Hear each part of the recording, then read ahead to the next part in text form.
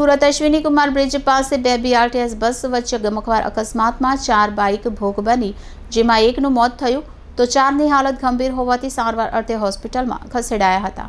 સુરતમાં ફરી એકવાર બીઆરટીએસ બસ દ્વારા ગંભીર અકસ્માત સર્જાયો છે. સુરતના કતારગામ જીઆઈડીસી વિસ્તારમાં ટ્રાફિકમાં ઉભેલી બીઆરટીએસ બસની પાછળ બીજી બીઆરટીએસ ઘૂસી ગઈ. આમાં 4 બાઇક પર રહેલા 8 બાઇક સવારો અકસ્માતનો ભોગ બન્યા હતા, જેમાં એકનું મોત થયું છે જ્યારે 4ની હાલત ગંભીર હોવાનું જાણવા મળી રહ્યું છે.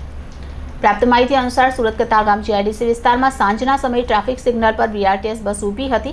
તે સમયે મોત બનીને પાછળ આવી રહેલી અન્ય બીઆરટીએસ બસના ચાલકે ઉતાવળે ઓવરટેક કરવા જતાં 4 બાઇકોને કચડ્યા હતા, જેમાં 8 લોકો સવાર હતા, જેમાં એકનું સ્થળ પર જ મોત થયું છે જ્યારે 4ની હાલત ગંભીર હોવાનું નજીકમાં કિરણ હોસ્પિટલ અને સ્મીમેર હોસ્પિટલમાં ગંભીર લોકોને ખસેડવામાં આવ્યા છે.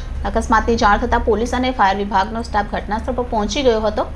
સાંજના 7 વાગ્યાના સમયે અકસ્માત સર્જાતા પીક અવર્સના કારણે ટ્રાફિક જામની સ્થિતિ સર્જાઈ હતી.